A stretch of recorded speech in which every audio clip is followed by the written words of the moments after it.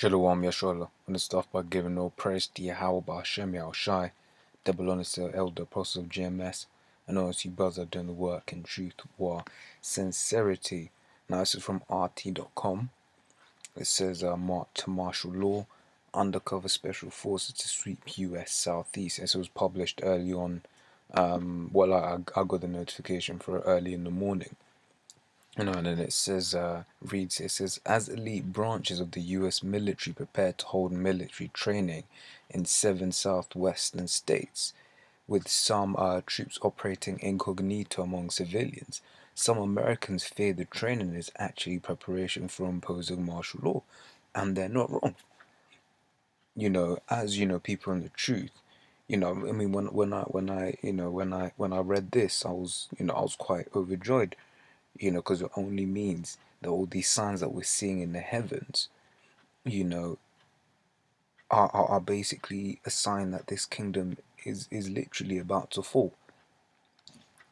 It's literally just a matter of time now, and everyone's getting their chess pieces in place.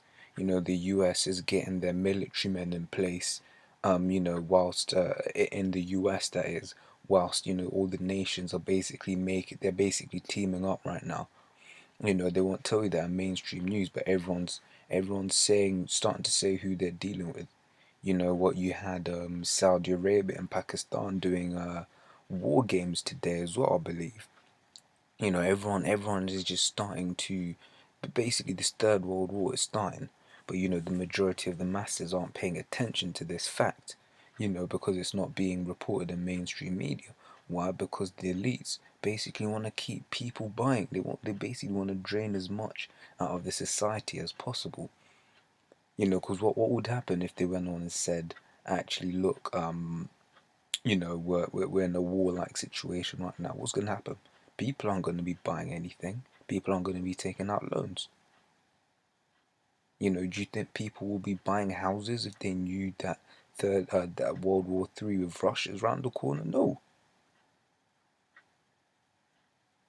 So it says Operation Jade Helm, which is scheduled to kick off in July and run for 8 weeks, will involve the participation of 1,200 troops from the U.S. military's most elite fighting forces, including Green Berets, Navy SEALs, and Special Operations from the Air Force and Marines. What else did the apostles bring up? The apostles brought out the uh, the 1055 program, I believe it was, which is basically moved military hardware from war zones such as Iraq and Afghanistan and brought it to the US. You saw some of it in the whole Ferguson incident. you know, because I haven't looked into myself, but the apostles brought out also that whole Ferguson shit was made up. It was a setup. Why? Because it's introducing people to the idea of having heavily armored people on military men on the streets, and that's been happening over here in the EU as well with all of these false flags. You having people aren't used to seeing SAS on the streets and stuff like that, but that people are being acclimatized to that. And that's basically what this article here is going into, and I'll leave a link in the description to everything I'll read up. But this isn't a coincidence. We've been telling you of I mean not we, but the apostle been telling you from a long time that this was gonna happen. But people want the people didn't wanna take heed. And we know this is gonna happen because actually it's already in law that it's gonna happen. We're just waiting for the next false flag, whatever it may be. It says Rex 84, it says FEMA's blueprint for martial law in America. This incisive article on the repeal of civil liberties, first published in GR in August 2006, brings to forefront of debate the ongoing roadmap towards a police state in America.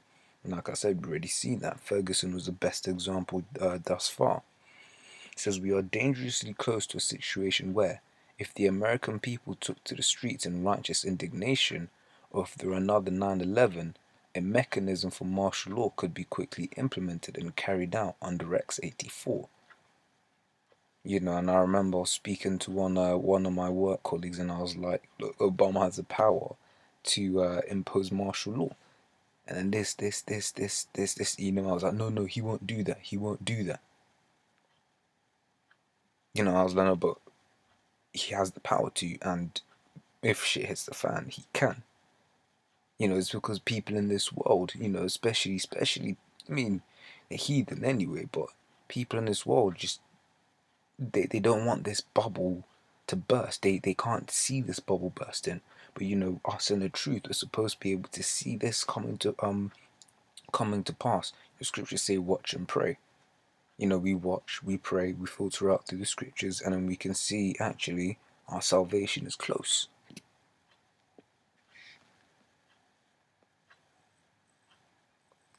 Okay, it says the plan is called Rex 84, short for Readiness Exercise 1984.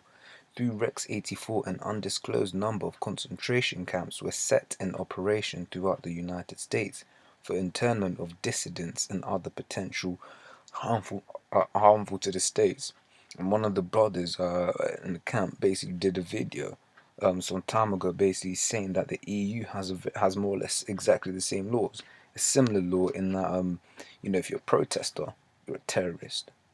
The law on what defines a terrorist nowadays is so broad that everyone falls into the category of a terrorist. If you've ever had a problem with what the government says, you're a terrorist. It says the Rex 84 program was originally established on the reasoning that if a mass exodus of illegal aliens crossed the Mexican-US border, they would quickly be rounded up and detained in detention centers by FEMA. Now, when this was basically being proposed, I wasn't even alive when this being proposed. But you can just imagine people were just like, the governors were just like, "Look, if this happens, then we want to make sure that good Americans are going to be safe." Just the same, these terrorism law that are basically being passed all over the damn world. People are basically saying, "Oh, well, you can listen in on my phone calls because I've got nothing to hide." Yeah, you can do that. Oh, you can, the government can do whatever they want just as long as we're safe to keep us from the terrorists. But just as this was to be about a mass exodus of illegal aliens, what is going to be applied on good old, redneck Americans?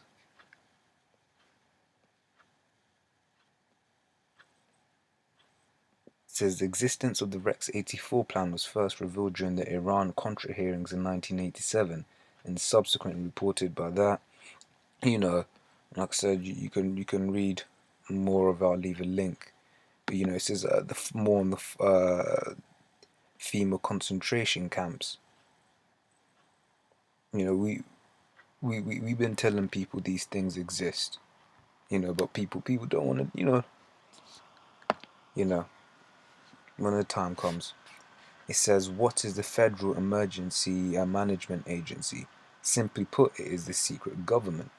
This agency has powers and authority that go well beyond any other agency in the nation. What can FEMA do? It can suspend laws, it can move entire populations, it can arrest and detain citizens without a warrant and can hold them without trial. It can seize property, food supplies, and transportation systems, and it can even suspend the Constitution of the United States. Just basically looking, and you sort of saw that during Katrina as well. Basically, how you had troops basically rounding people up. You had houses that weren't, that had no problem with them. And then you basically those troops basically rolled up into the house, took everyone out. I remember seeing this one video. They were basically throwing this old Edomite hag around. She thought that she'd be safe because she's an old Edomite hag, but and that's it. Sort of goes into this here. It says U.S. Marine drill sergeant boasts of what they would do to civilians under martial law in the USA, Montana. It says I'm still kind of reeling from what a U.S. Marine admitted to me in a long conversation, but yada yada. Okay, yep. So it says Marine confirms prisoner boxcars pre-positioned everywhere for martial law. and it says a boxcar here, right?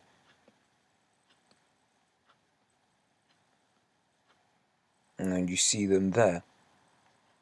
And basically what that's going to be used for, just used for throwing people into, prisoners into them concentration camps here. And I saw one here, even though this was all bullshit here. But, you had them before, and you're going to have them again.